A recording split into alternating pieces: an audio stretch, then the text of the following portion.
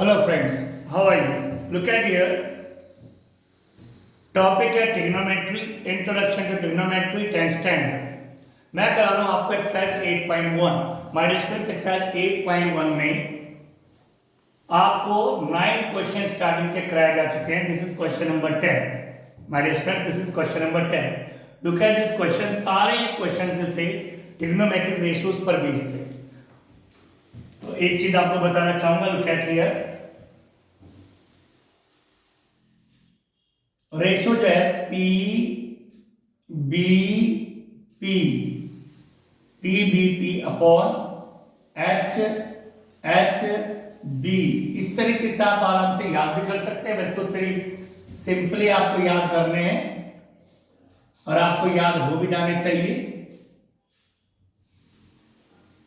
इस तरह के किसी भी उस पे नहीं, सिंपल सा आपको याद होना चाहिए कि साइन का रेशो होता है P अपॉन एच, कोस का रेशो होता है B अपॉन एच और tan का रेशो होता है P अपॉन B।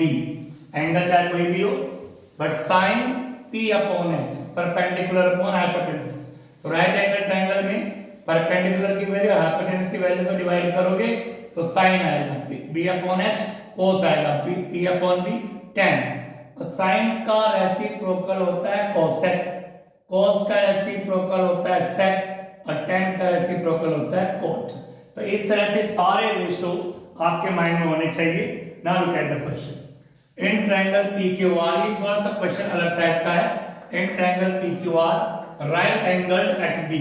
तो सबसे पहले देखिए my dear students, right angle triangle आपको बनाना है, जो कि ट्रिग्नोमेट्री में राइट एंगल ट्रायंगल ही है। जैसे शेप बनाई, right angled at Q, right angled at Q, right angle at Q. देखना पड़ेगा एक बार कि राइट एंगल एट, ये है राइट एंगल एट क्यू, ठीक है, क्यू पर है, इसको आपने बनाया Q. So this is right angle, this is P, this is Q and this is R, P Q R। आप चाहे तो इसको P कर ले, इसको R कर ले, डजंट मैटर, ठीक है। बट ये Q 90 का होना चाहिए, Q क्या होना चाहिए 90 का। फिर इसमें क्वेश्चन थोड़ा अलग टाइप का है। इसमें उन्होंने क्या गिवन है कि PR प्लस QR की वैल्यू दे दी 25, PR plus QR equal 25, PR plus QR, इन दोनों का सम दिया हुआ है। ना हमें हाइपोटेनस दी ना हमें परपेंडिकुलर दी, दोनों का सम दे दिया। एंड PQ 5 सेंटीमीटर, जो PQ है ये 5 सेंटीमीटर है। तो माय डियर स्टूडेंट्स, आपको पता ही है जब ट्रिग्नोमेट्रिक रेशियोज निकालते हैं उसमें हमें तीनों साइड पता होनी चाहिए, ठीक। परपेंडिकुलर भी, बेस भी, हाइपोटेनस भी, दो साइड पता हो, तीसरी साइड हम निकाल लेते हैं पाइथागोरस थ्योरम से।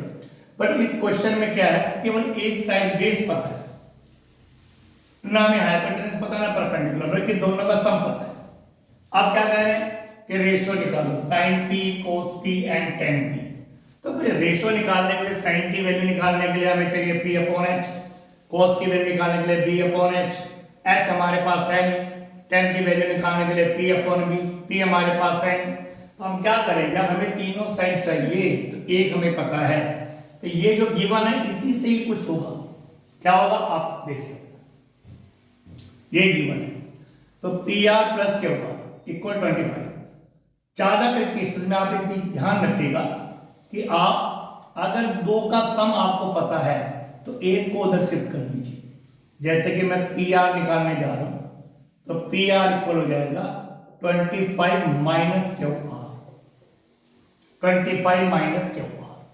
तो अब PR की वैल्यू मेरे पास आ गई 25 माइनस QR, ये है PR, इसकी वैल्यू आ गई मेरे पास 25 माइनस QR। तो एक साइड मेरे पास और आ गई, चाहे किसी में आई हो लेकिन आ तो गई है। PR की वैल्यू मैंने निकाल ली, क्योंकि आप चाहे तो PR को उधर शिफ्ट करके QR की वैल्यू निकाल सकते हो, एक ही बात है। तो मैंने QR को उधर शिफ्ट किया, PR की वैल्यू निकाल के रख दी 25 माइनस QR। अब मैं पाइथागोरस थ्योरम लगा के QR निकालूंगा। क्या है पाइथागोरस थ्योरम?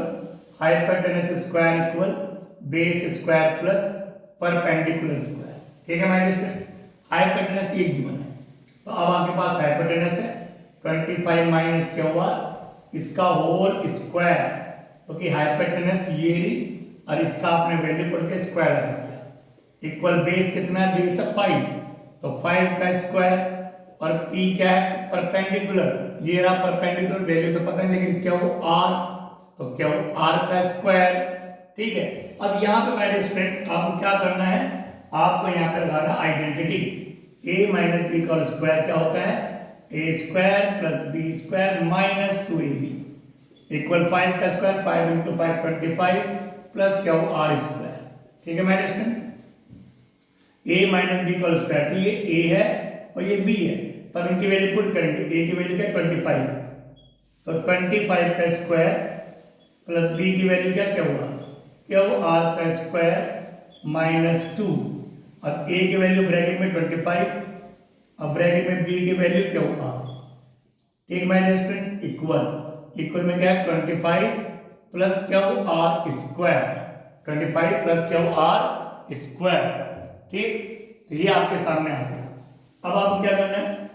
25 का स्क्वायर करेंगे तो माइनस स्क्वायर 25 इंटू 25 625 प्लस क्या हो r स्क्वायर माइनस 25 तो जब 50 क्या हो r इक्वल 25 प्लस क्या हो r स्क्वायर। अगर आप इसको गौर से देखेंगे माय डियर स्टूडेंट्स, ये क्या हो रहा है? देखिए क्या हुआ स्क्वायर, क्या हुआ स्क्वायर, प्लस का इधर जाएगा माइनस को तो कैंसिल हो गया। ठीक, ये कैंसिल हो गया। अब हमें क्या हो r की वैल्यू निकालनी, तो इसको यहीं पे रखिए आप, 50 क्या हो r को यहीं पे रखिएगा। इक्वल में आपके पास 25 है, कांस्टेंट वैल्यू है, और 625 को भी इधर लीजिए माइनस के 625।